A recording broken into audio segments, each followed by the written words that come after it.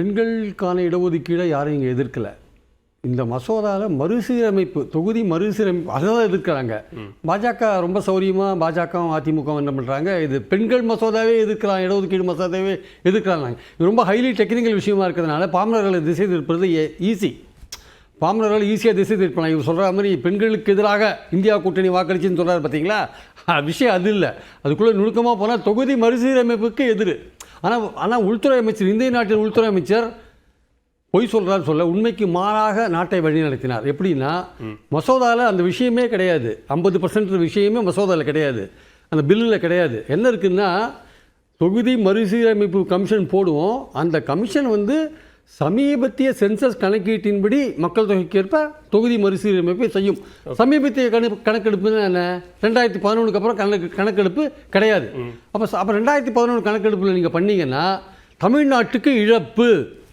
தமிழ்நாட்டுக்கு இப்போ வந்து 543 மெம்பரில் 39 மெம்பர் இருக்காங்கல்ல, அது வந்து 7.18%. 2011 சென்சஸில் போனீங்கன்னா தமிழ்நாட்டுக்கு 50 உயரும். ஆனால் மொத்த எண்ணிக்கையில் நம்மளோட பர்சன்டேஜ் எவ்வளோ தெரியுமா குறையும்? 5.88. அப்போ 7.18லேருந்து 5.88 குறையும். நம்மளுக்கு குறையும், நம்மளுக்கு எண்ணிக்கை கூடும். அது ப்ரொபோஷனாக பார்த்தீங்கன்னா விகிதாச்சாரத்தில் பார்த்தீங்கன்னா நம்மளுக்கு வந்து குறைஞ்சிரும் அந்த விகிதம். அப்போது 7.18ல் கொடுப்பீங்களா? 7.18ல 7.18லேருந்து அது 7.23 அதிகரிக்கும். அது 50% சார். அது 50% கொடுத்தா சார், அந்த 50% பில்லில் இல்லையே சார். பில்லு வாயில சொல்றாங்க. அதை வேணா நாங்க திருத்தி தரவா, எங்களுக்கு நேரம் கொடுங்க, நாங்க வேணா மசோதாவை. நீ ஏன் அதை முதல்ல செய்ய வேண்டியதானே? ஏன் இப்போ வாயில சொல்ற? நீங்க சார் எழுத்து எடுபடுமா, வாயில சொல்றது எடுபடுமா சார்? நீங்க பில்லுல வைக்கிறீங்க சார். அங்க இருக்கிற எம்பிஸ்லாம் ஏமாளிகளா? யாருக்கும் படிக்கவே தெரியாதா? வாயில 50% சொல்றீங்க, எழுத்துலயே வைக்கல. எழுத்துல சமீபத்திய சென்சஸ் ஏன் போட்டீங்க? ஓகே, அது 2011 சென்சஸ் தானே. அப்போ எங்களுக்கு 850 7.18 கொடுங்க, அதையாவது செய்யுங்க.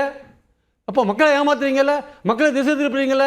இப்போ என்ன பிரச்சாரம் பண்ணுவீங்க? அக்னிசுரம் பண்ணுற மாதிரி தான், சொல்கிற மாதிரி தான்.